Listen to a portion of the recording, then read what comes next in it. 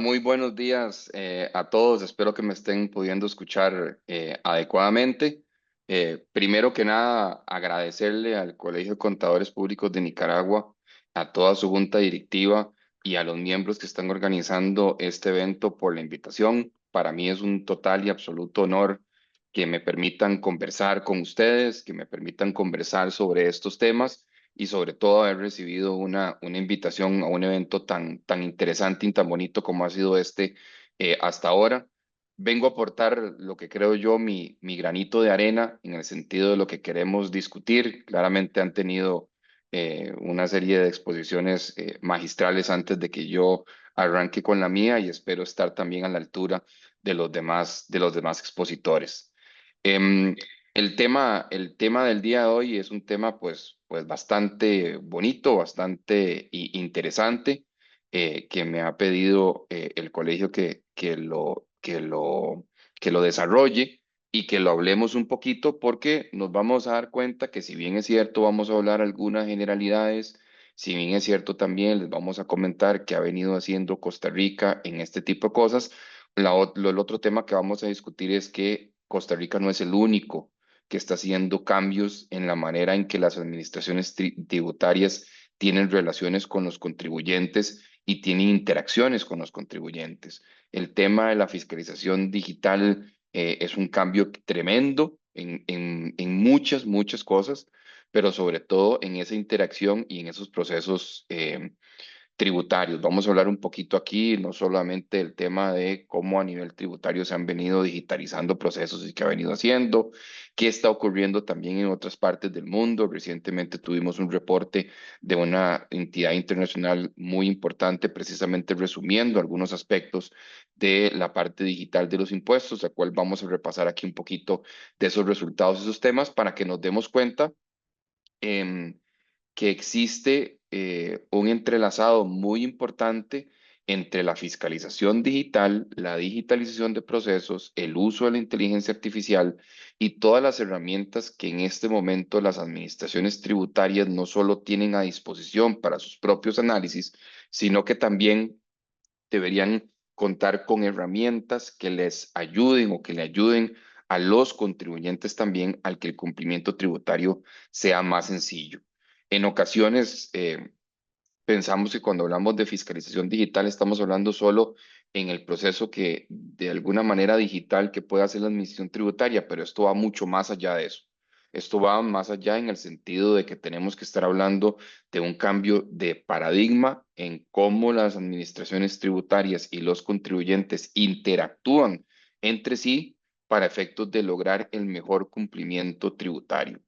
Hay una cosa que no se nos puede olvidar nunca, que en la mayoría de los sistemas tributarios ocurre, y es que las administraciones tributarias siempre dependen del autocumplimiento del contribuyente. O sea, usualmente, y los países de nuestra región no son una excepción, quien cumple con los impuestos de manera voluntaria y autoliquidativa inicialmente somos nosotros mismos como contribuyentes.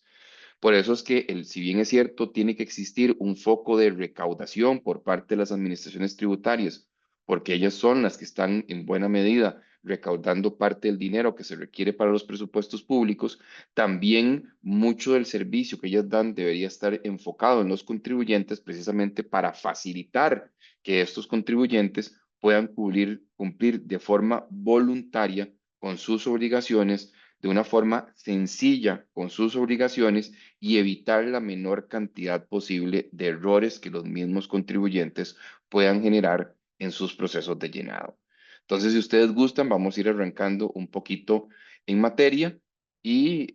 lo primero que uno tiene que entender de toda la parte de la fiscalización digital es cuál ha venido haciendo la evolución de las auditorías, la evolución de las fiscalizaciones, la evolución de las interacciones. Este Firmina que están viendo ustedes enfrente, que es bastante minimalista, creo que resume sin ninguna duda lo que estamos viviendo ahora y es básicamente dejar atrás el papel y pasar a la revisión digital.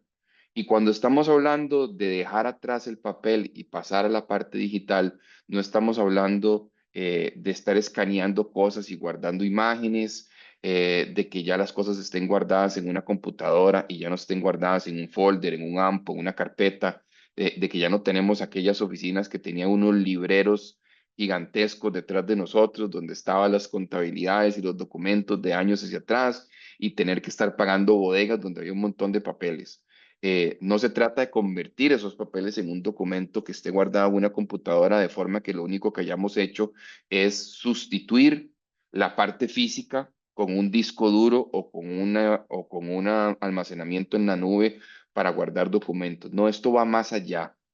Esto va al hecho de crear sistemas, de crear formularios, de crear formas de ingresar datos que después queden guardados en una base de datos y permitan una mejor estudio, un mejor análisis de estos datos. O sea, no estamos hablando, cuando hablamos de un tema de evolución de las auditorías y de las revisiones y de la interacción, no estamos hablando simplemente con escanear cosas.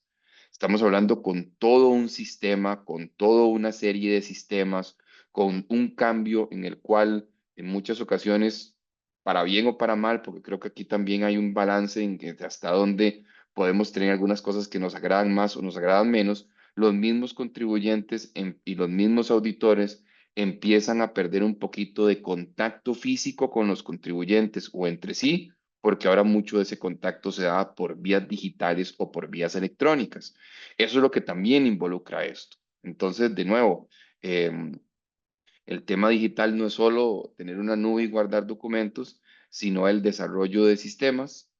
el desarrollo de interacciones, el desarrollo de digitalización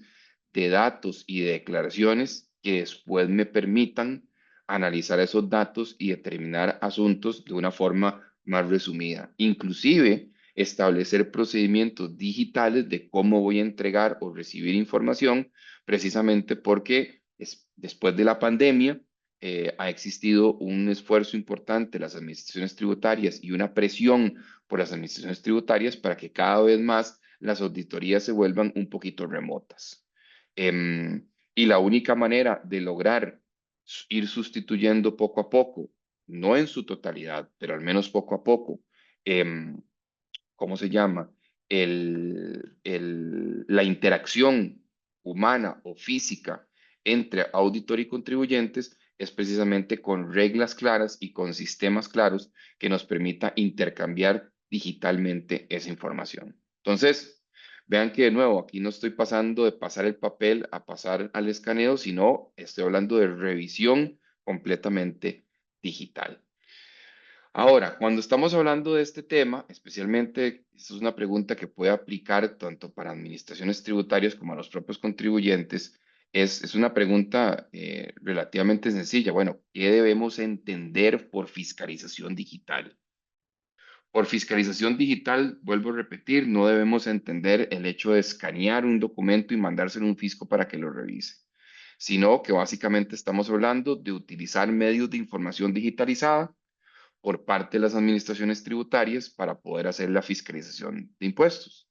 Y de nuevo, no es solamente enviar información, sino también el uso de herramientas que permitan hacer ese envío y ese análisis de información cada vez más sencillo. Y algunas de estas formas de lograr una fiscalización digital o una revisión de nuestros impuestos de manera digital, y yo sé que esto puede sonar un poquito llamativo desde el tema procedimental, es que en algunas ocasiones a nosotros nos pueden estar revisando nuestros impuestos sin siquiera que nos hayan notificado que estamos siendo fiscalizados. Esto en la era digital. El día de ayer ustedes tuvieron una charla de un colega mío comentándoles un poquito el tema de la factura electrónica. Em,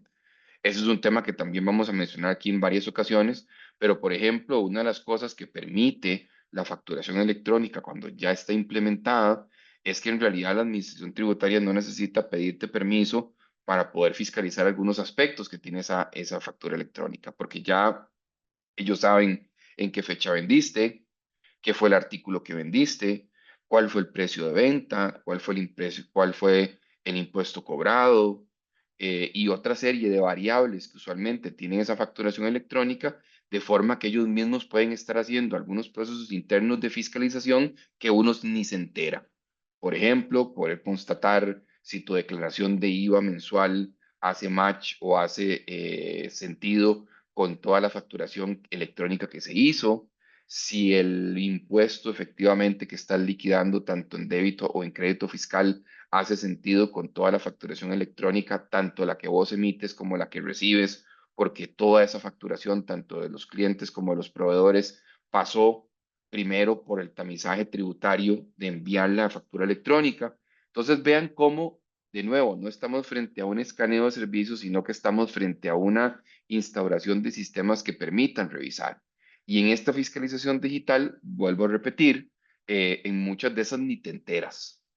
En muchas de esas ni te enteras. ¿Por qué? Porque ya las administraciones tributarias van a tener sistemas que en ese desarrollo de sistemas ya tendrán alertas digitalizadas de decir, mire, el contribuyente Alonso Erac en este mes, según todas las facturas electrónicas que emitió, supuestamente había vendido $100,000 y aquí acaba de llegar su declaración de impuesto al valor agregado y dice que tiene ventas por 70. ¿Qué habrá pasado entre esos 70,000 y esos $100,000? Ya hay una alerta de sistema, que hay algo que no para, y ahí es donde podemos empezar a sentir, y ahora sí, una revisión más cercana de una administración tributaria que manda, puede ser inclusive una comunicación también digital, diciendo, mire, estimado señor ERAC, hemos encontrado que existe una diferencia entre su auxiliar de facturación electrónica y las ventas reportadas en su impuesto al valor agregado. Le sugerimos o le invitamos a que revise estos datos precisamente para asegurarse de que estén bien y en caso de que estén equivocados, lo incentivamos a que por favor haga un proceso de rectificación. Todo esto que les estoy diciendo es fiscalización digital, es estar detrás del cumplimiento de los impuestos y de la correcta liquidación de los mismos. Y muchos de estos, de nuevo, no se requiere que haya iniciado un proceso de fiscalización, sino solamente se requiere que existan sistemas o herramientas robustas, tanto del lado de las administraciones tributarias como las que se ponen a disposición de los contribuyentes para que esto pueda ocurrir. Em,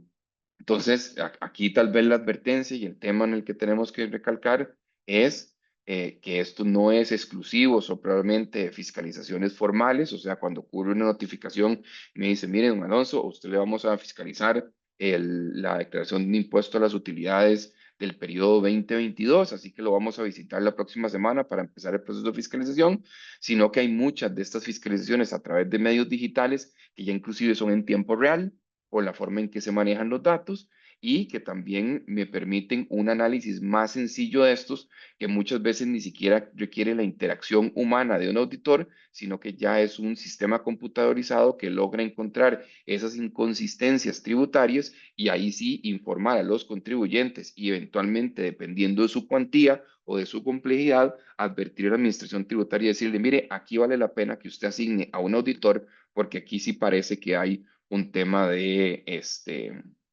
¿cómo se llama? Aquí sí hay un tema de evasión o de diferencia importante que requiere la atención de un funcionario de la administración tributaria para determinar qué pudo haber ocurrido.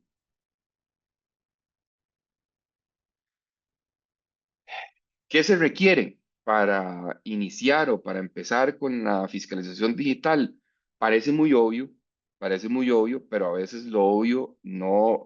se dice o no se habla. Lo primero que se requiere es digitalizar procesos. O sea, yo nunca voy a poder empezar con digitalización, con fiscalizaciones digitales o con procesos digitales si no digitalizo los procesos. Y vea que aquí no estamos hablando, y yo no estoy mencionando aquí de digitalización de documentos. De nuevo, eso no es lo que se trata, porque de nada me sirve a mí que el sistema que yo quiero implementar sea que yo voy a estar escaneando documentos que se imprimen o documentos que están en papel,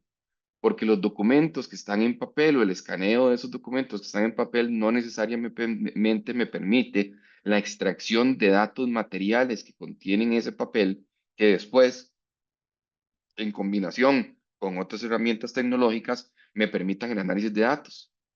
Por eso es que aquí se habla del proceso de digitalización de los procesos. Y más adelante vamos a ver, ya cuando entremos un poquito al caso de Costa Rica y les contemos qué ha venido haciendo Costa Rica en esta materia, nos vamos a entender por qué estamos hablando de una digitalización de procesos y no una digitalización de documentos. A mí, como administración tributaria, y también a mí como administrado, o sea, como contribuyente, pero especialmente ese proceso de análisis de las administraciones tributarias, me sirve muy poco que Alonso me esté mandando el escaneo de la declaración de impuesto a las utilidades que él imprimió en papel, llenó a mano y pagó en un banco. ¿Por qué? Porque entonces yo como tributación simplemente lo único que tengo es un documento de que yo voy a haber escaneado y eventualmente voy a requerir un proceso humano, pero no digital, de revisar de que efectivamente se haya pagado a tiempo y de estar extrayendo datos ahí para luego pasarlos a un proceso digital. Esos procesos a mano que le llamamos nosotros, lo que podrían ocurrir es que no sean correctos, que tengan errores involuntarios, porque los seres humanos nos equivocamos porque no somos máquinas. Inclusive algunas veces las máquinas también se equivocan porque recordemos que están programadas por humanos. Y entonces no se trata de eso, porque eso no es lo que te va a dar, número uno, como administración tributaria, los datos para hacer tus análisis de una manera sistemática y también de la preocupación que puede tener un contribuyente, porque si un digitador de datos manuales se equivoca, y si el error no se detecta a tiempo, puede que entonces levante una alarma a los contribuyentes. Por eso es que aquí lo que estamos hablando es de pasar los procesos a una manera digital, de forma que si antes yo hacía algún procedimiento de manera manual, ese procedimiento ahora se haga en su totalidad o en su parcialidad, dependiendo de cómo vaya avanzando en la implementación de manera digital. Y que esa manera digital me pueda obtener o me permita obtener datos analizables y datos reportables por otra serie de tecnologías como robots de procesamiento de bases de datos, como el uso de inteligencia artificial, y que eso ahí le permita a la administración tributaria no solo poder tener análisis más profundos y más veloces, sino análisis que requieran, al menos en personal, de menos recursos económicos. O sea, yo a través de la digitalización de procesos de fiscalización, ya sea formal o en tiempo real, puedo estar revisando más cosas, revisando más declaraciones, revisando más contribuyentes sin necesidad de incrementar la planilla de empleados fiscalizadora. Porque la otra cosa que tenemos que evitar, y eso estoy seguro que ocurre en Nicaragua, a como también ocurre en Costa Rica y ocurre en cualquier otro país del mundo, es que los recursos de las administraciones tributarias siempre van a estar limitados. Y ninguna administración tributaria en el mundo, al menos que yo conozca, puede todos los años auditar a todos sus contribuyentes para asegurarse de que todo está 100% a la perfección. Siempre van a haber una serie de contribuyentes que son más propensos a ser auditados, ya sea por su volumen de operaciones en el país. La mayoría de países tiene algún tipo de clasificación de grandes empresas o de grandes contribuyentes y suele recaer en este tipo de contribuyentes la mayor cantidad de control tributario. Y eso no quiere decir que las administraciones tributarias no anden revisando un poquito a los demás contribuyentes, pero uno debería decir que hay contribuyentes que son pequeñitos, que probablemente estén haciendo cosas que no deberían, pero es menos poco probable que la administración tributaria se dé cuenta de eso a que si un gran contribuyente empieza a hacer cosas que no tiene que hacer. ¿Por qué? Porque hay mayor control en ellos, porque hay más cercanía con la administración de ellos y entonces por ahí están enfocados los recursos. ¿A dónde puede ayudar todo este tema de digitalización de procesos en todos los asuntos de fiscalización digital? Precisamente entonces que hay una serie de contribuyentes de menor volumen o de menor cuantía o de menor tamaño en que sus declaraciones de impuestos o sus tendencias impositivas yo las puedo revisar a través de algoritmos, a través de inteligencia artificial, a través de robots de proceso, a través de cualquier medio digital, que lo único que requiera de una persona física o de un fiscalizador es revisar los resultados y decir, ok, vamos a ir a revisar aquí y revisar allá a ver qué pasa, y no necesariamente de la acción propia de revisar todos los datos por esa persona. De forma que los auditores pueden enfocarse y las personas pueden enfocarse en aquellos casos que son de muchísimo más cuantía y dejar estos casos de menor cuantía y de menor revisión, pero que cuando empezamos a sumar plata de todos estos casos puede ser una recaudación interesante en manos de una revisión automática. Decía mi abuelo que a pellizco se mata un burro. Si yo también, aparte de estar fiscalizando todos los grandes contribuyentes, tengo herramientas digitales que me permiten fiscalizar de una manera bastante amplia a los pequeños contribuyentes, puede que yo esté recaudando algunas cosas de grandes contribuyentes que no están haciendo las cosas bien, pero puede que haya una porción de impuesto que esté recuperando de todos estos contribuyentes pequeñitos, pero que cada contribuyente va sumando un poquito y al final la suma de todos esos pellizquitos me va dando un tema de una cuantía que no sería nada despreciable de tener y que al final de cuentas también es parte de la meta de recaudación que tienen siempre las administraciones tributarias por la presión que se ejerce sobre ellas, visto que son las que están eh, en alguna medida fiscalizando los impuestos que se pagan, que terminan siendo los que alimentan el presupuesto para los gastos comunes de los países donde están ubicadas. Entonces, volvemos a decir, aquí tenemos que arrancar con la digitalización, pero no es simplemente convertir papeles, es convertir procesos. Si eso no lo entendemos, estamos destinados a que este proceso de digitalización, primero, no lo sea como tal, y segundo, estamos destinados a fracasar porque entonces lo que estamos implementando no nos va a permitir a futuro obtener los análisis y la información que uno supondría que es lo que quiere ver y obtener la administración tributaria. Quiero comentarles el caso de Costa Rica y estamos en países muy cercanos. A mí me gusta expresarme muchas veces, inclusive de toda la región centroamericana, como una región que estamos muy cercanos entre nosotros y entonces muchas veces estamos observando un poquito qué es lo que hace el vecino y lo que sí está haciendo el vecino, lo está haciendo bien, está funcionando, cómo lo podemos implementar. Y aquí evidentemente, porque como es el país en el que yo resido y también es un país que ha venido haciendo algunas cosas precisamente en este proceso de digitalización no de documentos, sino de procesos, pues quiero contarles un poquito qué ha venido haciendo Costa Rica precisamente para llegar hacia donde estamos hoy, em, todavía estamos lejos de donde queremos estar, pero estamos más cerca de lo que estábamos hace 5 años. ¿Qué vino haciendo Costa Rica? Tal vez el primer paso que tomó Costa Rica, y eso ya data más o menos hace de unos 10 años, es precisamente la eliminación del papel como parte de la presentación de declaraciones tributarias. Como estoy proyectando, no puedo ver la audiencia, pero me imagino que algunos de ustedes que está aquí, algunos serán muy jóvenes y otros como yo serán un poquito más sabios y me imagino que habrá inclusive aquí gente conectada con mucho más sabiduría de la mía, pero yo todavía me acuerdo cuando uno tenía que ir a la administración tributaria costarricense, ir y comprar los formularios para presentar declaraciones, tener una fila así de formularios de impuesto de renta, formularios de IVA, tenerlos ahí en la oficina, llenarlos a mano,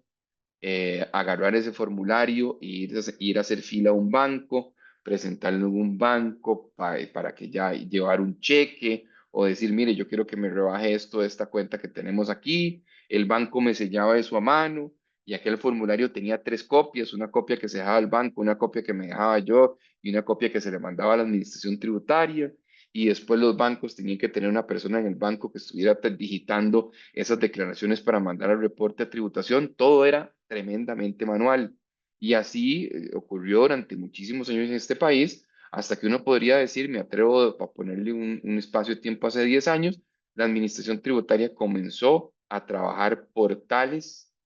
de presentación de declaraciones. Inicialmente arrancamos con eso. Primero arrancamos con sistemas. O sea, que yo me metía a la página web de la administración tributaria, descargaba un programa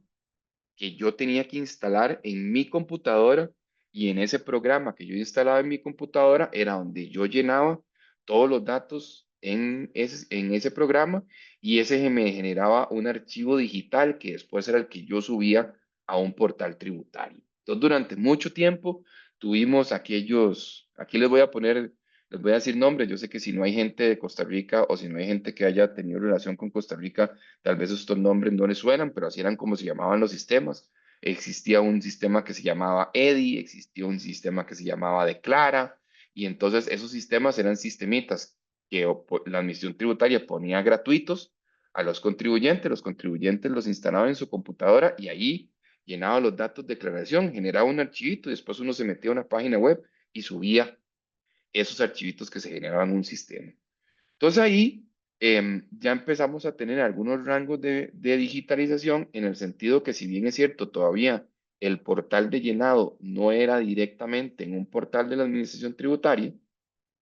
la realidad es que ya ellos estaban recibiendo un archivo digitalizado, o sea, un archivo en el cual cuando ellos lo recibían, ellos podían ya tener digitados el monto de mis activos, de mis pasivos, de mi patrimonio, de mis ingresos grabables, ingresos no grabables, los gastos clasificados de ciertos tipos y cuánto fue la cuantificación del impuesto y cuánto es el pago del impuesto. Ya había algunos datos que ellos podían obtener y que esos datos les permitían hacer algún tipo de análisis de tendencia o análisis de industria muy menor,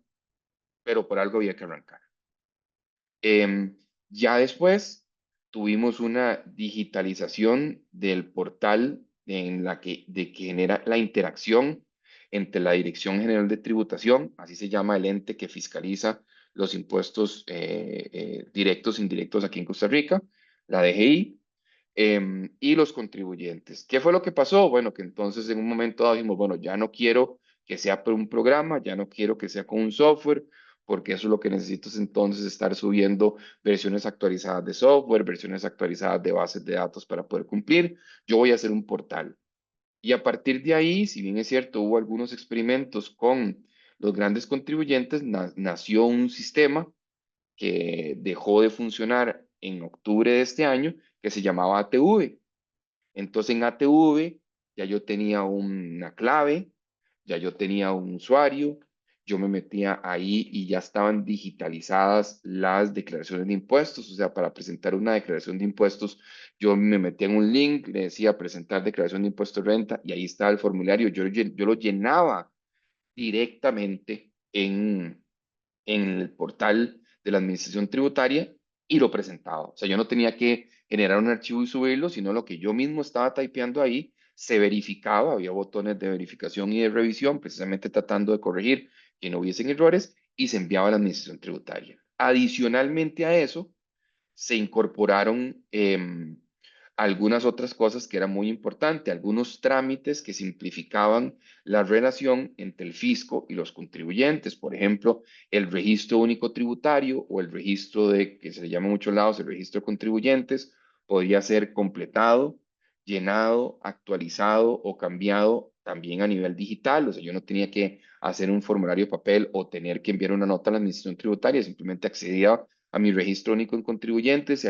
ahí me permitía quitar actividades, poner el nuevo representante legal, quitar el viejo, cambiar mi dirección, cambiar mi teléfono, todo sin necesidad de recurrir o tener que interactuar con ninguna persona de la administración tributaria porque todo lo hacía automático en el sistema.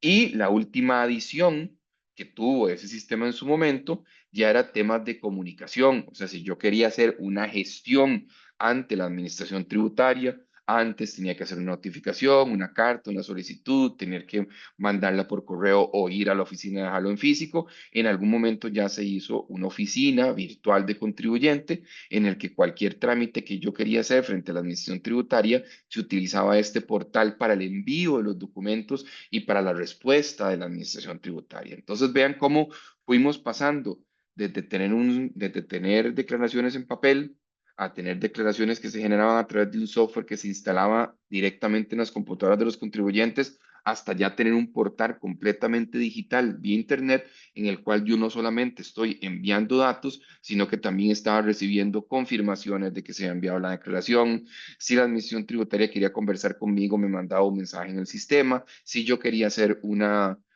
¿cómo se llama? Una solicitud de algo, ya de una vez la hacía en el sistema, o sea, ya estábamos haciendo la digitalización de muchas de esas cosas. ¿Cuál fue el tercer paso, o quisiéramos decir el paso adicional que también lo dio la Administración Tributaria? Bueno, muy sencillo. A mí no me sirve de nada tener alguna de estas, ¿cómo se llama? Alguna de estas ventajas digitales, em,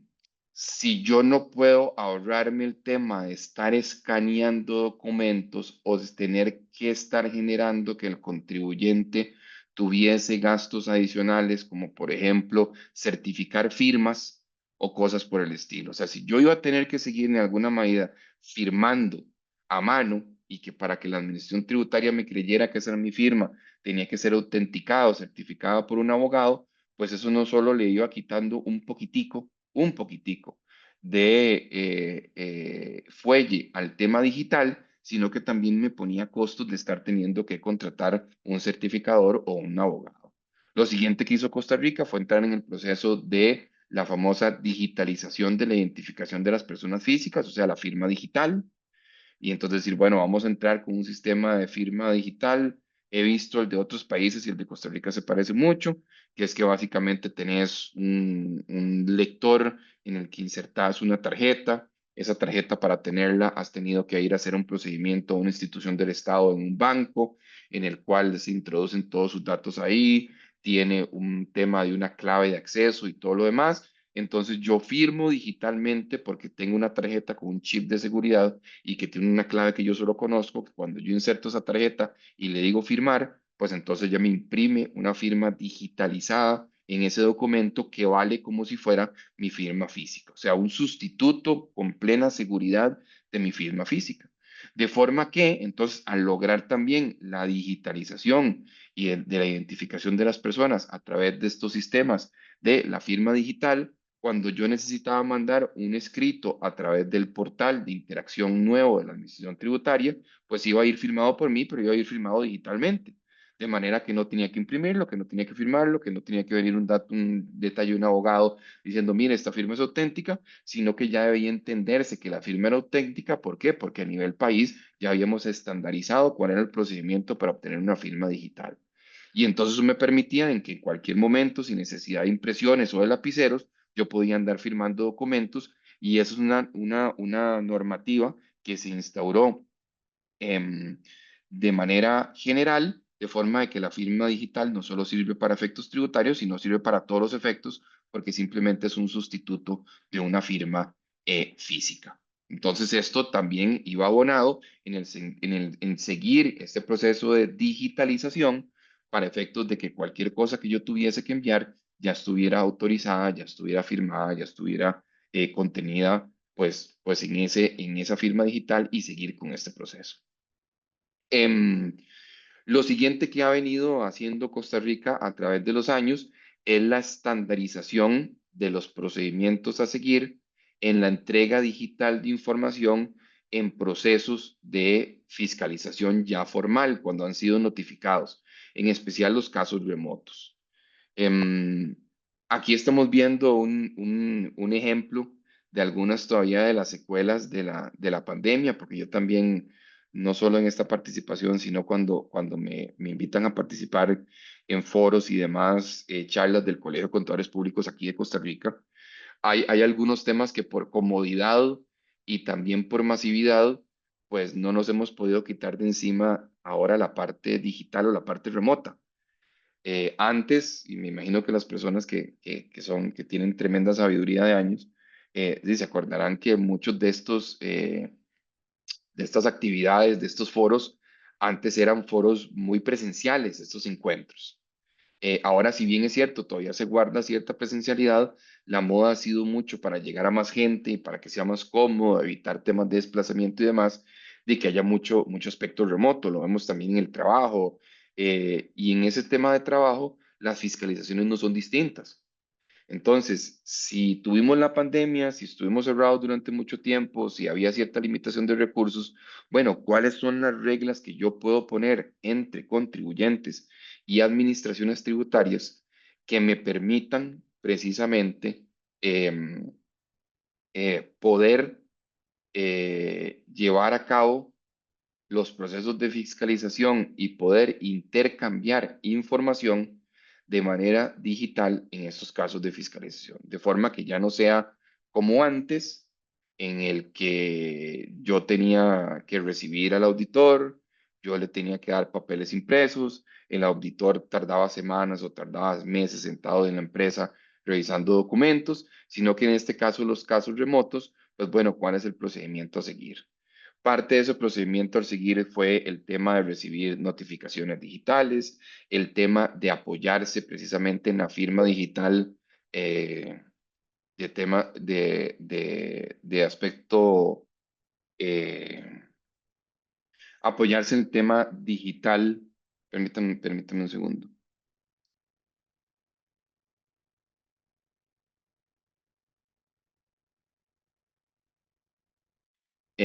Apoyarse en el tema de la firma digital para poder enviar escritos, ¿cómo se llama?, a la administración tributaria, y que la administración tributaria considerara precisamente de que venían correctamente firmados, etcétera, etcétera. Esa interacción. Ahora, ¿cómo voy a recibir yo la información? La voy a recibir a través de un sistema de depósito de información, un SharePoint que fue diseñado para eso, precisamente porque hay que recordar que, si bien es cierto, aquí hemos hablado de todos los puntos de digitalización, no hemos hablado de un punto muy importante que lo vamos a ir abarcando al cierre de esta presentación, y es que todos esos procesos de digitalización no pueden obviar los aspectos también de seguridad informática. Es importante tener muy, muy, muy claro el hecho de que, si yo voy a estar trasladando datos de forma digitales, yo tengo que asegurarme que esos datos sigan siendo confidenciales, porque en las relaciones de fisco-contribuyente se está revelando un montón de información confidencial que la mayoría de gente no tendría acceso. Y cuando digo la mayoría de gente, tal vez a uno no le incomoda que cierta gente tenga acceso, pero cuando ya empezamos a hablar de que tu competencia tenga acceso a información tuya, pues ahí es donde ya el tema se tuerce un poquito y dice, esta información es privada y yo no quiero que se comparta. Entonces, también en esa definición de procedimientos, ¿cuáles son los procedimientos de seguridad? ¿A dónde es que en la nube se va a depositar la información que el contribuyente quiere entregar en el proceso de fiscalización, para que la administración tributaria la descargue y la pueda revisar? Y que ese procedimiento también garantice no solo la efectiva presentación de esas declaraciones, sino también la seguridad en la entrega de esa información para que vaya y regrese de la administración tributaria en un proceso de fiscalización. Eh, en Costa Rica ya es muy común,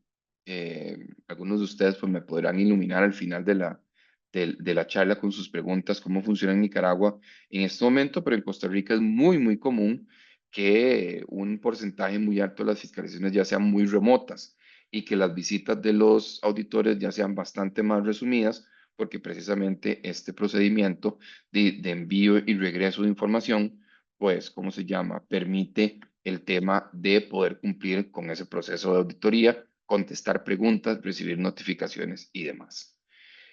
Y por último, y no menos importante, en ese tramitar de Costa Rica, que esto después va a derivar en qué análisis se están haciendo ahorita gracias a toda esta sistematización, tenemos el tema de la factura electrónica.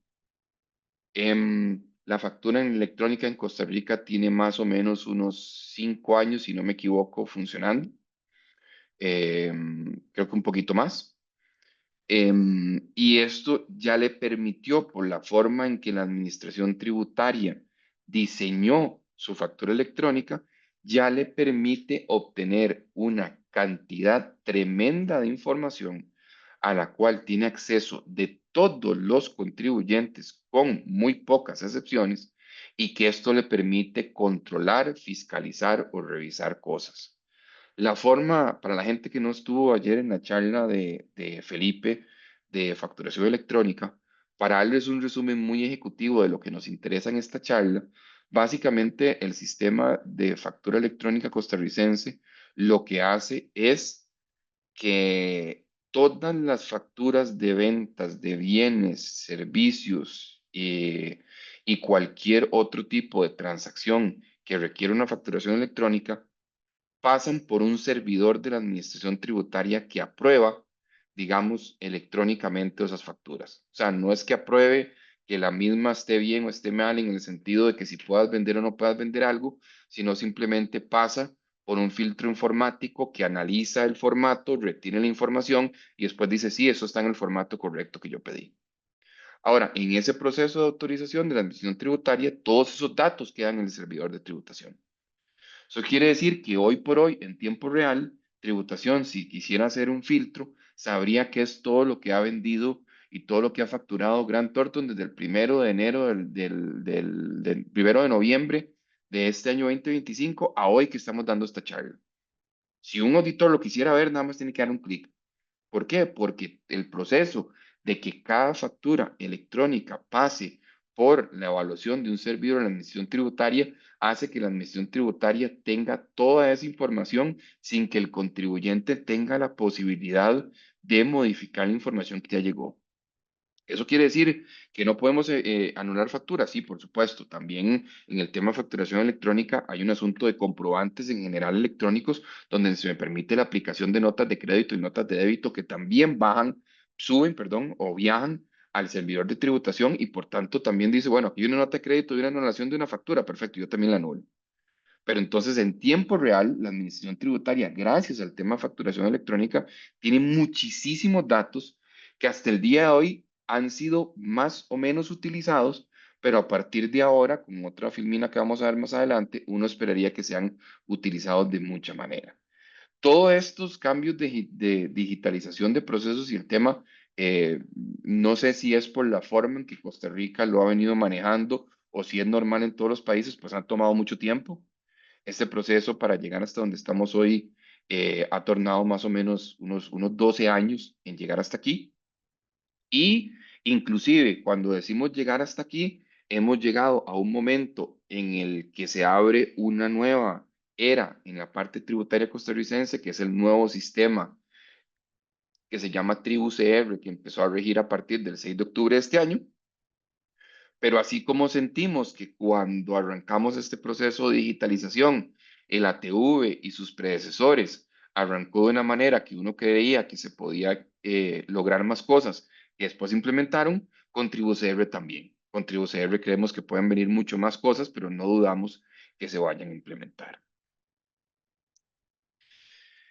Con todo este transitar y con todas estas modificaciones que ha venido haciendo Costa Rica, ¿qué es lo que pretende y lo que ya está haciendo la Dirección General de Tributación con todas esas herramientas que cuenta y con todos esos datos digitales que cuenta? Precisamente es el uso de inteligencia artificial. Recordemos, la inteligencia artificial es un tema que vino para quedarse. O sea, negar su existencia o negar su uso es de casi que condenarnos a casi que condenarnos a irnos quedando rezagados en lo que viene en la tecnología y el uso de inteligencia artificial y el uso de herramientas de análisis de datos es lo que viene a futuro y lo que se pretende implementar en Costa Rica a futuro gracias a todos esos sistemas. ¿A dónde va a ocurrir esto? Muy sencillo. A donde haya datos, hay análisis. Esa es tal vez la frase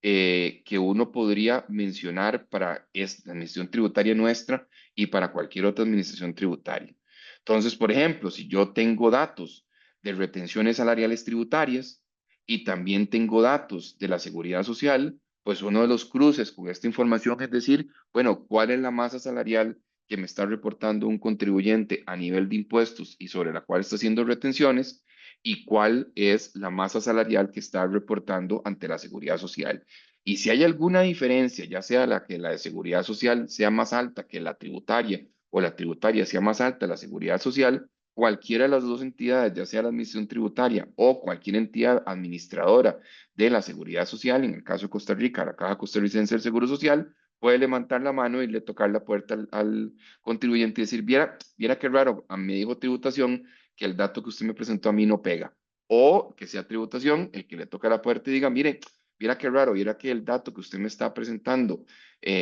a nivel de salarios no me está pegando con lo que está acá. Y eso puede ocurrir no solo a nivel de contribuyentes, empresas, sino que también dependiendo de la cantidad de información, el detalle de información que se entregue en los sistemas de ambos tipos de entidades, puede ocurrir hasta a nivel individual.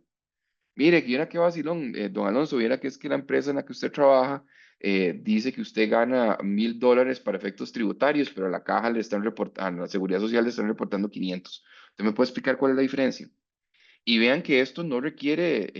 mucho tema, mucho empleado, mucho análisis. Es la comparación de dos bases de datos que usualmente tienen algunos datos en común, un número de cédula de patrono o un número de cédula individual de persona o un número de identificación y que con solo lograr ese match ya se puede verificar si están existiendo omisiones en seguridad social, omisiones en gastos deducibles o exceso de gasto deducible en una declaración o inclusive omisiones en un tema de retención. Eso es puro análisis de datos. Los auxiliares de compras y de ventas directamente generados por la Dirección General de Tributación. Hay una obligación, esa obligación está contenida en la ley y el reglamento del impuesto al valor agregado en Costa Rica, que dice que nosotros como contribuyentes tenemos que tener nuestro, ¿cómo se llama? Tenemos que tener nuestro auxiliar de compras y nuestro auxiliar de ventas para que en caso de que venga una fiscalización poder demostrar cómo ese auxiliar de compras y de ventas pegan con estas declaraciones. Antes, la administración tributaria venía a revisar el auxiliar y hacía pruebas y todo lo demás. Y ahora lo que vienen a revisar es si los auxiliares de compras y ventas que nosotros le vamos a mostrar pegan con los que generan ellos. Porque al tener o al haber pasado por el servidor de la administración tributaria la totalidad de facturas que nosotros le emitimos a nuestros clientes y que nuestros proveedores nos emiten a nosotros, ya ellos tienen los auxiliares. Y tienen esos auxiliares tan detallados como el detallado de la factura electrónica se haya pedido. Si se pidió detalles hasta poner individualmente cada tipo de producto y todo lo demás, la administración tributaria sabe en qué factura vendimos cada tipo de producto, sabe qué tipo de servicio vendimos, sabe qué tipo de producto compramos, sabe qué tipo de producto compramos también. Entonces, esos auxiliares de compras y de ventas que se pueden ver reflejados en las declaraciones de IVA y también en ciertos temas de declaración de renta, ya la administración tributaria lo que llega es a revisarlos en el sentido de que si coinciden los datos que ellas tienen con los nuestros. Y recordemos que aunque no nos guste mucho esto, pero es así, siempre la Administración Tributaria va a considerar que los datos de ella son los que están correctos. Entonces, mucha de la posición es, mira, mi auxiliar de ventas dice esto y vos me estás diciendo menos, el mío está bien. Yo lo que quiero entender es porque el tuyo no está bien. Eso, de nuevo, requiere menos gente, porque si lo hace un sistema de manera inicial, la gente se va a enfocar en ir a solicitar las explicaciones de las diferencias, pero no se va a enfocar en gastar tiempo para determinar estas diferencias, que es también la otra cosa que es atractivo de estos procesos de digitalización y de uso de inteligencia artificial por parte de las administraciones tributarias y en general por parte de cualquiera. El ahorro de tiempo en labores sencillas y rutinarias y que las personas se enfoquen en las tareas más complejas y deleguen en estos usos de inteligencia artificial las tareas más sencillas o más rutinarias. ¿Qué otra cosa viene a futuro con esto? Ahora sí, el cruce automático de ingresos en distintas declaraciones de impuestos. Bueno, si yo he venido declarando mi impuesto al valor de agregado, mi impuesto general sobre las ventas, como se llame en los distintos países, en mis declaraciones mensuales, en la buena teoría, aunque sé que existen casos de excepción, de los ingresos que yo voy a reportar en mi declaración de impuesto de renta, deberían ser iguales o muy cercanos a los ingresos o a las ventas que he venido reportando mes a mes. Yo sé que hay casos en los cuales la norma de IVA considera un tema de venta que no necesariamente eso se traduzca en la ley de impuesto de las utilidades como un ingreso. Pero en la mayoría de los negocios esto debería coincidir relativamente bien. Entonces, si yo llego en mi declaración anual y presento mi declaración anual ya de impuesto a las utilidades, después la administración tributaria a través de robots de análisis de datos, inteligencia artificial, le puede decir a un robot o una inteligencia artificial, mira, ya llegaron todas las declaraciones de renta, yo quiero que para todos los contribuyentes usted me compare la línea de ingresos de la ingresos totales de la declaración de impuesto de renta contra los ingresos reportados en su declaración de IVA todo el año. Y si eso tiene una diferencia o una oscilación superior al 10%, me avise cuáles contribuyentes tuvieron una diferencia superior al 10% para ir a preguntarles qué fue lo que pasó. Vean que esto que yo les acabo de decir es una programación que se le hace a un robot y él lo hace solo. Inclusive, si yo quiero ir más agresivo y hablar de oscilaciones de 5, 10, 15 o 20%, se podría decir que, mire, todo lo que oscile por debajo del 5 o del 10, que se mande un correo automatizado al correo que tiene registrado el contribuyente en su registro único tributario y en el buzón digital que ya tiene el sistema. Para los demás sí los vamos a llamar. Entonces vean cómo estas cosas pueden ayudar de nuevo a separar los casos que son muy complejos de los casos que son sencillos, precisamente para que los casos sencillos los maneje una parte digital. ¿Qué es otra cosa que me permite ya todo este proceso de revisión digitalizada? Las declaraciones tributarias prellenadas. Yo recuerdo hace muchísimos años cuando tuve una experiencia en Chile, y ya Chile desde hace más de 10 años tenía una cosa como esta, en el cual a los contribuyentes chilenos ya les llegaba una declaración, cuando tenían que presentar su declaración de impuesto de renta, decía, mire, con los datos que yo tengo, esta es más o menos la declaración suya de renta, pues ya yo sé sus ingresos, ya pude identificar sus costos. Entonces, usted puede autoliquidar su declaración, no hay problema, pero nada más tenga en cuenta de que si su declaración autoliquidada difiere muchísimo de los datos que yo tengo prellenados, porque vienen precisamente de información que usted mismo entregó de manera digital, pues vamos a tener una conversación porque pareciera que hay algo que no está pegando o hay algo que no está coincidiendo. Entonces, estas declaraciones prellenadas también es una cosa que se viene en Costa Rica a futuro, gracias a los sistemas nuevos, y que puede generar en alguna moneda un poquito de sorpresa, en decir, bueno, qué raro, ¿por qué tributación tiene tantos ingresos? Yo no tengo tantos, ¿qué habrá pasado? ¿Por qué? Porque de nuevo estas declaraciones tributarias rellenadas van a poder ser completadas, entre otras cosas, gracias a toda la data que pudo ser obtenida por la factura digital. La implementación de ciertas declaraciones informativas, como es el caso de precios de transferencia. Em, Ahora por la tarde, ustedes me parece que tienen una charla muy, muy interesante de, ¿cómo se llama? Eh, Muy, muy interesante. em, de el eventual reglamento o cosas que le hacen falta a Nicaragua en la parte de precios de transferencia. Por ejemplo, en el caso de declaraciones informativas de ese tópico, ya Nicaragua se mantiene en este momento como el único país que, no, que, por ejemplo, no tiene una declaración informativa.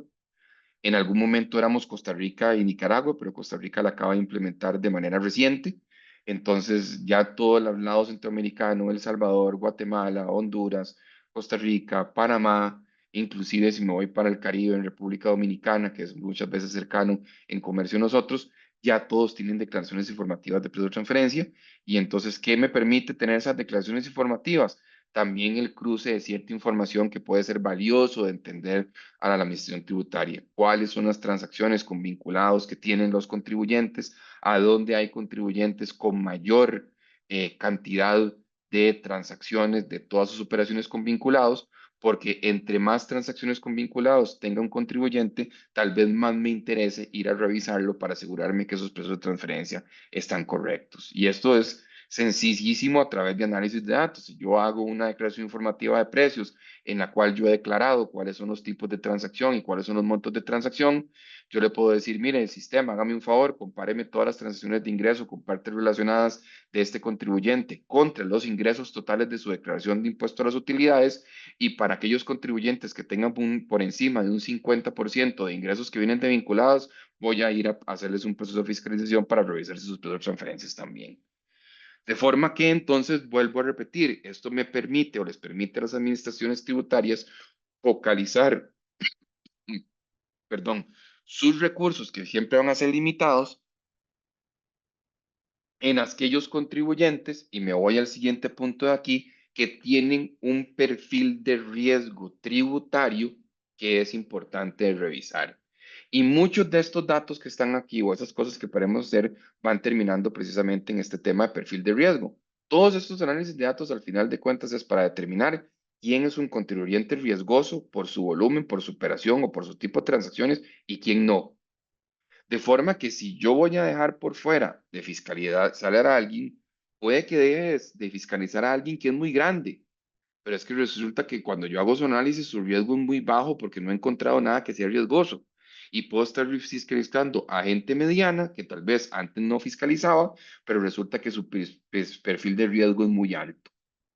No me coinciden las retenciones salariales, los auxiliares de ventas no me coinciden, tiene un montón de transacciones con partes relacionadas. Cuando yo le envío las declaraciones tributarias prellenadas, pues me hace muchos cambios. Bueno, eso va aumentando el perfil de riesgo tributario y por tanto entonces yo me voy a enfocar más en esos contribuyentes que en otro, porque aquí es donde tengo que poner el ojo, porque aquí pareciera que los datos me dicen que algo no está bien.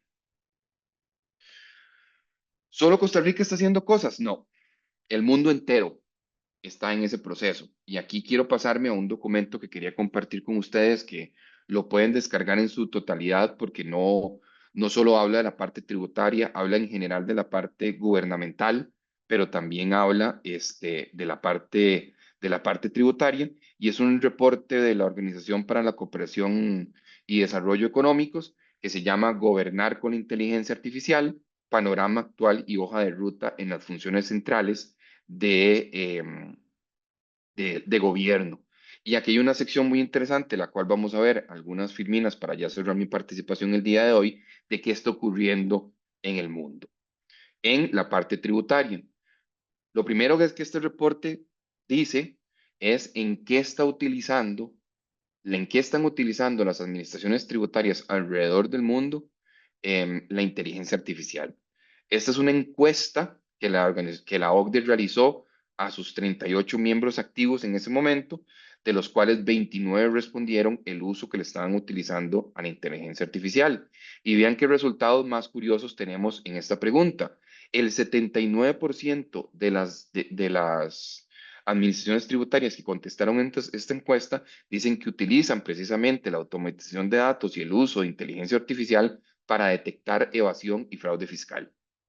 El 55% de estas administraciones lo utilizan para lograr asistentes virtuales, o sea, para que sean máquinas las que atiendan a los contribuyentes y no tanto personas.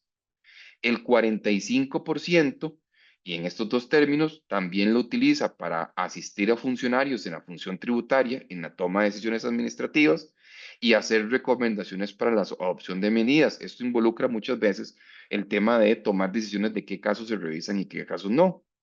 Hay otras practicidades, otros casos que están agrupados en una sola línea, que es el 31%. El 14% lo trata de utilizar para garantizar la integridad de los sistemas y los procesos de la administración tributaria. Y por último, y no menos importante, un 10% lo utiliza en suministrar de forma automatizada información personalizada para los contribuyentes, como puede decir, obtener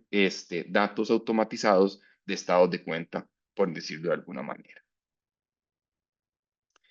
Em, ¿En qué ha aplicado ciertas administraciones tributarias? Si ustedes llegan a leer este reporte, se van a dar cuenta que este reporte lo que hace son algunas generalidades y después pone ejemplos de distintos países y cómo lo ha usado. Bueno, la mayoría de los países o algunos países lo han usado en patrones de comportamiento, muy parecido a lo que les acabo de decir del perfil de riesgo, de ver quién está haciendo qué, cómo lo hace, si lo considero riesgoso o no riesgoso.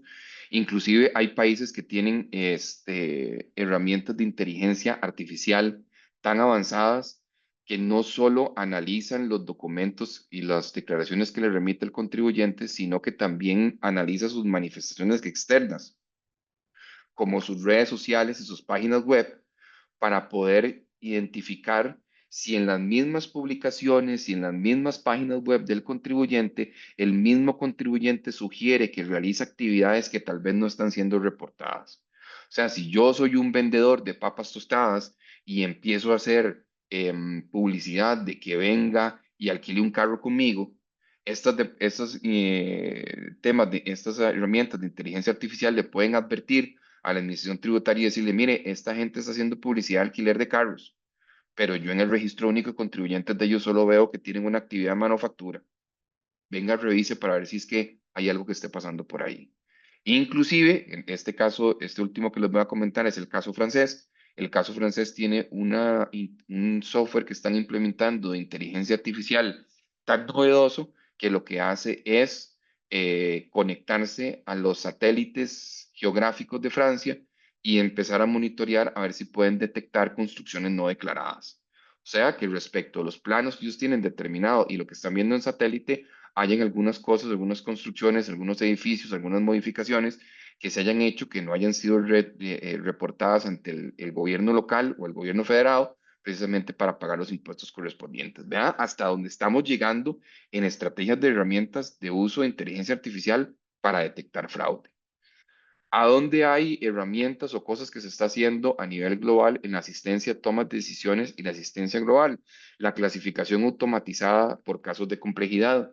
Lo que les decía ahora, bueno, si yo analizo datos, yo puedo establecer márgenes de error razonables. Bueno, si el margen de error es pequeño, no hago nada. Si el margen de error es mediano, voy a mandar una advertencia automatizada. Y si el margen de error o diferencia es mucho, voy a mandar a los auditores. O sea, es la forma de poder decir cómo puedo caracterizar esto en la complejidad y a partir de esa complejidad decidir no hacer nada, porque es muy poquita la diferencia, o utilizar herramientas digitales o ahí sí enfocar a todos los auditores en que solo vayan a revisar aquellos casos muy complejos o que las diferencias son muy grandes, en el cual ahí sí ya se requiere más el trabajo de un auditor físico que un auditor digital. La generación de todos los análisis y modelos de riesgo, lo que hablábamos ahora, las diferencias en declaraciones y demás, que las empieza a generar ya no una persona, sino una computadora. Mira, te voy a hacer un perfil de riesgo. Algunos de ustedes que trabajan o que han estado involucrados en el cumplimiento bancario, los bancos hacen perfiles de riesgo. Mire, ¿cuál es tu nivel de endeudamiento? ¿Cuál es tu nivel de esto? Dame tus últimos estados financieros. ¿Qué es lo que pretendes meter en este banco, en esta cuenta? Yo te voy a prestar plata, te voy a poner esos indicadores a ver si cumplen. Bueno, las administraciones tributarias también casi que tienen toda nuestra información disponible financiera. Entonces ellos pueden estar agarrando todos esos datos y comenzar a aplicar algunas razones financieras tributarias que levanten precisamente el tema de modelos de riesgo. Y por último, no menos importante, en esta parte que está aquí, que ya lo hemos visto en otros lados, me imagino que a ustedes les ha pasado que a veces quieren hacer una pregunta en su institución financiera y ya su institución financiera tiene un canal de WhatsApp o tiene un asistente virtual, o si quieres hacer algún trámite con tu cablera, con tu internet, ya tiene algún asistente virtual, o sea, ya ni siquiera te atiende una persona, sino que es un robot que te dice, mire, seleccione la opción A, la opción B, etcétera. Y yo sé que muchas veces es desesperante porque uno en muchas ocasiones quiere hablar con una persona, pero lo que viene a futuro es que pueda ocurrir muchas veces en algunas preguntas sencillas y en la recepción de algunos trámites sencillos de que nunca vayas a interactuar con una persona porque todo lo recibe un asistente de inteligencia artificial. Y eso ya lo vemos en otros sectores, simplemente aquí se está trasladando al tema tributario. Ahora bien, y para ir tal vez concluyendo con mi participación y dar espacio en el tema de preguntas, todo esto no viene gratis. Eso es muy importante saberlo. Todo esto no viene gratis. Las ventajas digitales y demás tienen también responsabilidades, no solo de los contribuyentes. Aquí estoy hablando de las responsabilidades de las administraciones tributarias. Lo primero es que si nosotros vamos a empezar a intercambiar datos en el mundo digital, tiene que existir sin duda una garantía de la protección de datos y la privacidad. A mí no me puedes decir que te hackearon y todos los datos se hicieron públicos. A mí no me puedes decir que hubo un error y te envió un correo electrónico a una dirección de tu competencia con datos que tenía y que eran míos. A mí no me puedes decir que se ha vulnerado la base de datos y que yo perdí todos mis datos que tenía en su sistema y ahora tengo que ver cómo los reconstruyo. O sea, yo tengo como administración tributaria que garantizarle a los contribuyentes que todo en este proceso de intercambio de datos y de digitalización, sus datos están protegidos y sus datos son privados.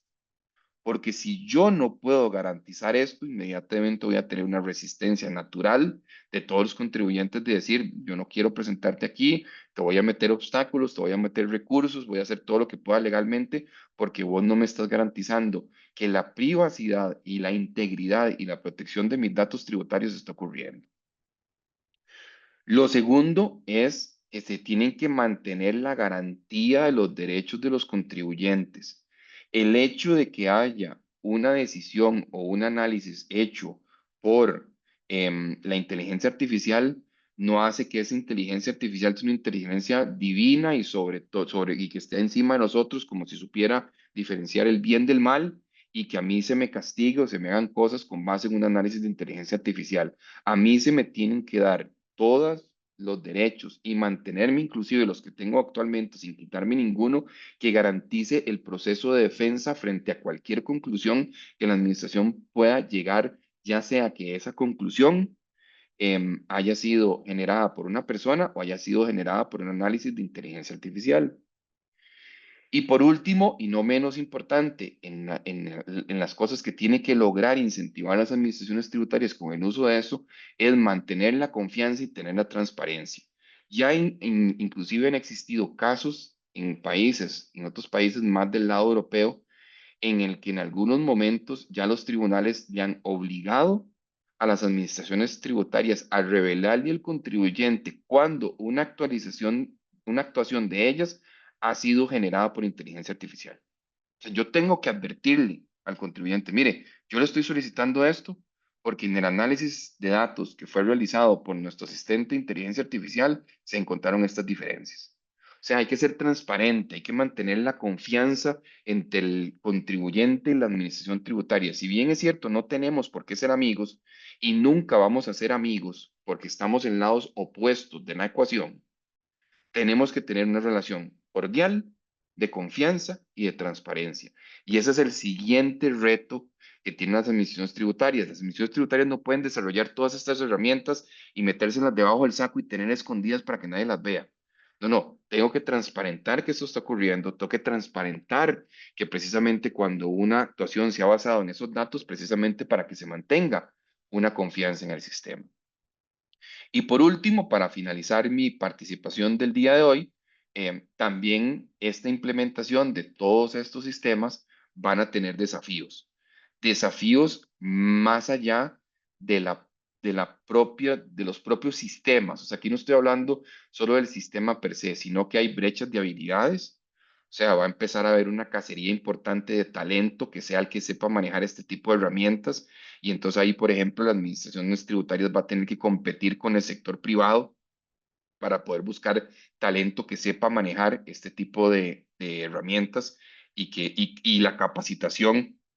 también a sus empleados o a sus funcionarios para saber utilizar estas herramientas.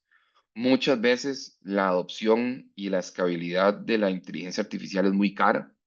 Entonces, las mismas administraciones tributarias van a tener que hacer un esfuerzo importante de recursos en este tipo de tecnología y que en el cual el rendimiento de esa inversión o los resultados de esa inversión tal vez no se vean tan a corto plazo, sino que se verán al mediano y a largo plazo. Y a veces esas inversiones en el sector público cuesta realizarlas.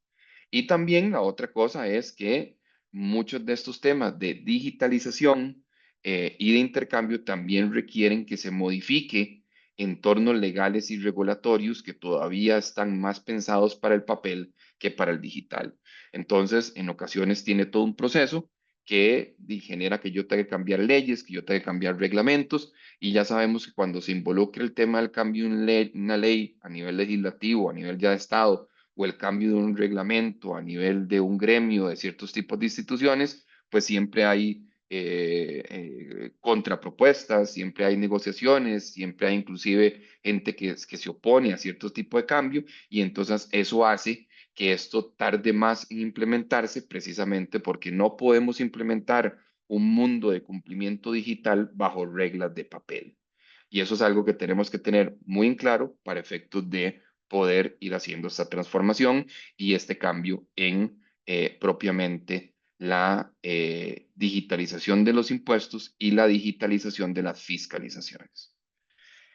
A manera de conclusión, que eso era lo que tenía el día de hoy para compartir con todos ustedes, podría decir que hay mucho trabajo por hacer, que cada vez más hay más herramientas que se pueden implementar y de nuevo, cada vez más hay camino andado de otros países que tuvieron experiencias previas de las cuales podemos tomar nota y aprovechar esas experiencias previas, primero para implementar lo que funciona y segundo para no cometer errores donde otros los cometieron, pero sobre todo entender que este proceso hacia la digitalización de las funciones tributarias que derivan en todo este proceso de fiscalización digital, pues requiere no solo esfuerzo por parte de la Administración Tributaria, sino también colaboración, participación de los contribuyentes que al final de cuentas son de los que se